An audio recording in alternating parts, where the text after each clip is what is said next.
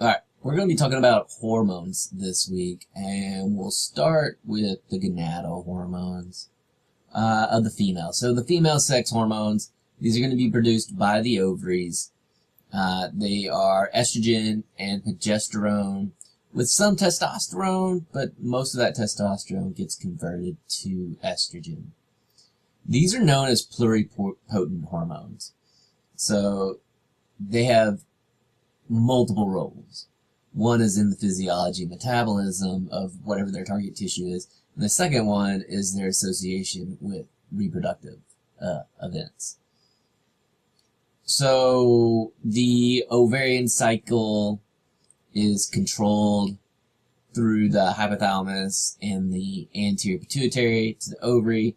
This is known as the HPG axis.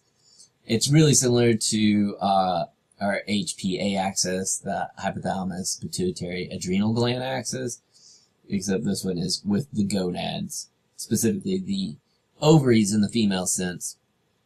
So in the ovarian cycle, you have these follicles that were made early on in development and then went into an arrested phase, so just like a resting phase, until they get turned on by follicle stimulating hormone.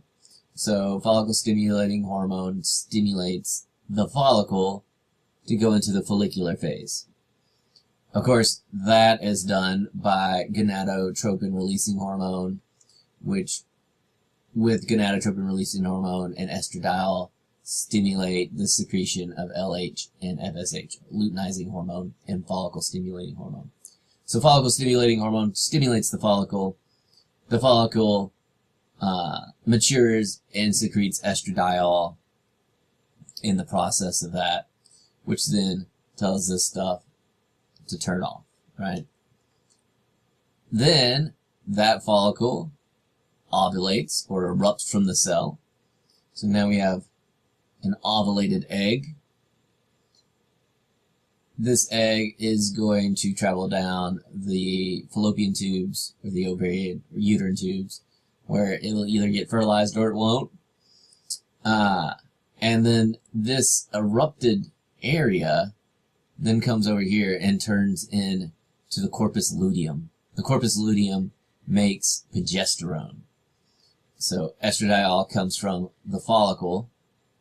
Progesterone comes from the ovulated spot where the follicle was, from the corpus luteum. This corpus luteum and progesterone is really important for the endometrial cycle. So you have the menstrual cycle, then you have a proliferative cycle, and then you have a secretory cycle, and these respond to the estrogen and progesterone cycle from the ovary. Okay? So if we look at it, here you can see your primary follicle when it's in resting phase, and then follicle stimulating hormone stimulates it, so it goes into a secondary follicle, to a tertiary follicle, and then you get a small peak in FSH when ovulation occurs, but you get a huge peak in luteinizing hormone, so you can make the corpus luteum.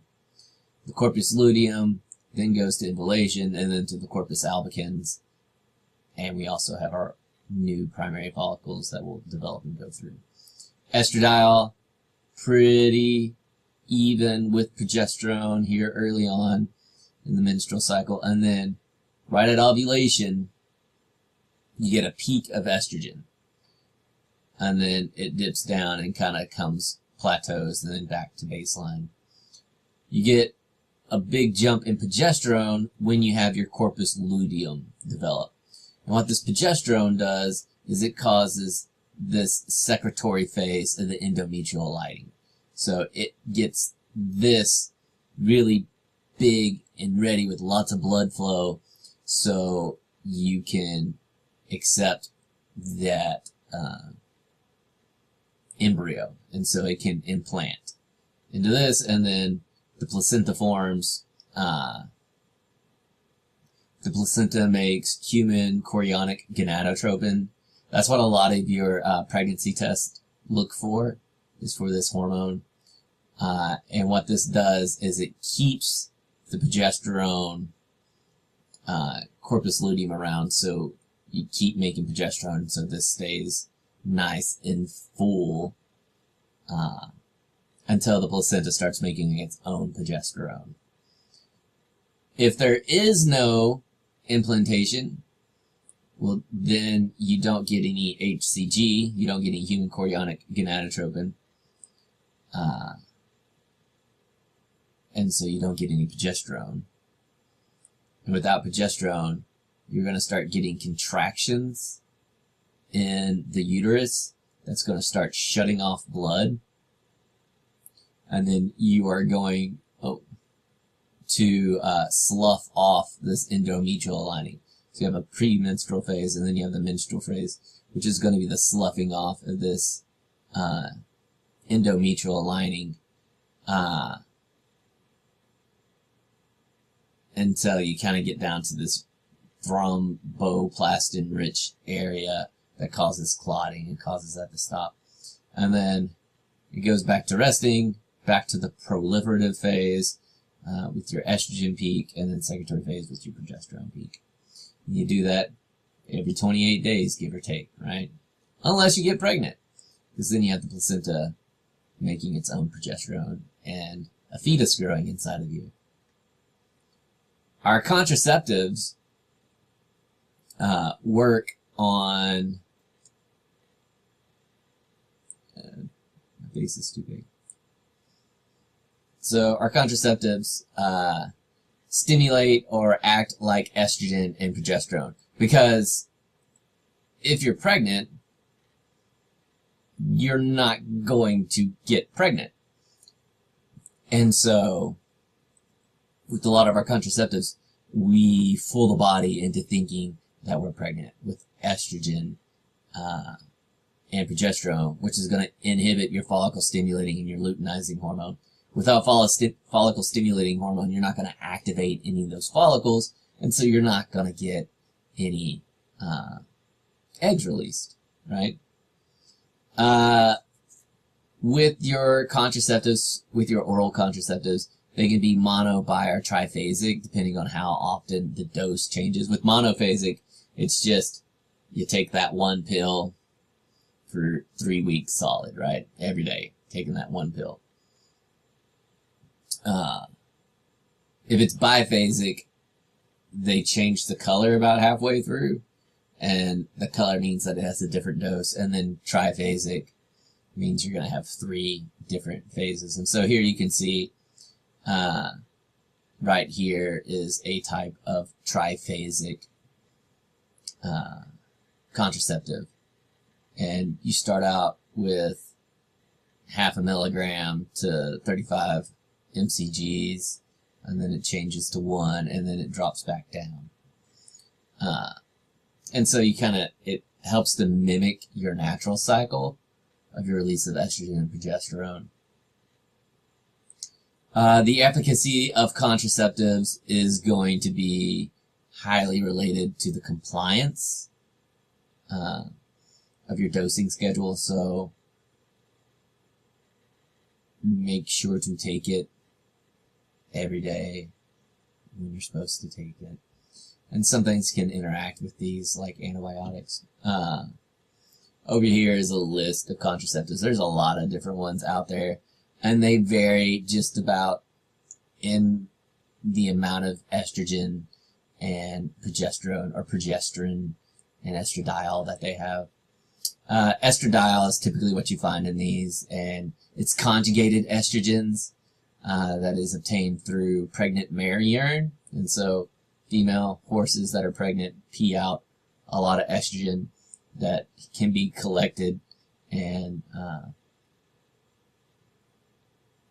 cleaned up and then packaged as a drug. All your estradiols, like all those estrogens, work just about the same. Progesterone and your progesterone work a little bit different. Progesterone seems to be a little more potent than progesterone. Oral contraceptives aren't the only contraceptives out there.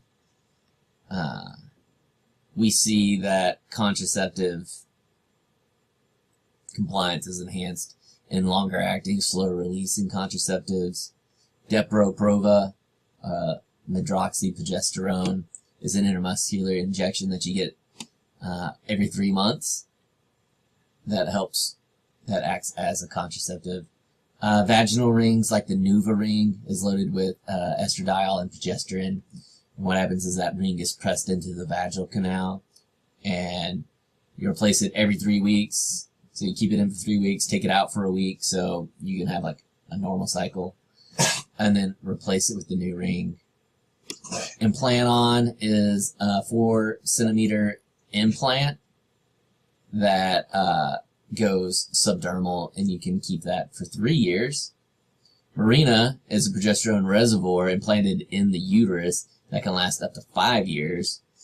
And then we have our emergency contraceptives, Plan B. You can take it within 72 hours of unprotected sex.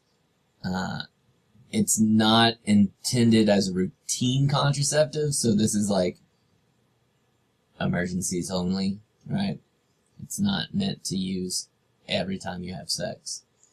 Something that we see with the contraceptives as side effects is nausea, vomiting, headache, dizziness, fluid retention, tender breasts, and weight gain. This one a lot of people are not fans of when they're on contraceptives. And then any drug that contains estrogen has a risk of thromboembolic disorders such as stroke, pulmonary embolism, and myocardial infarction.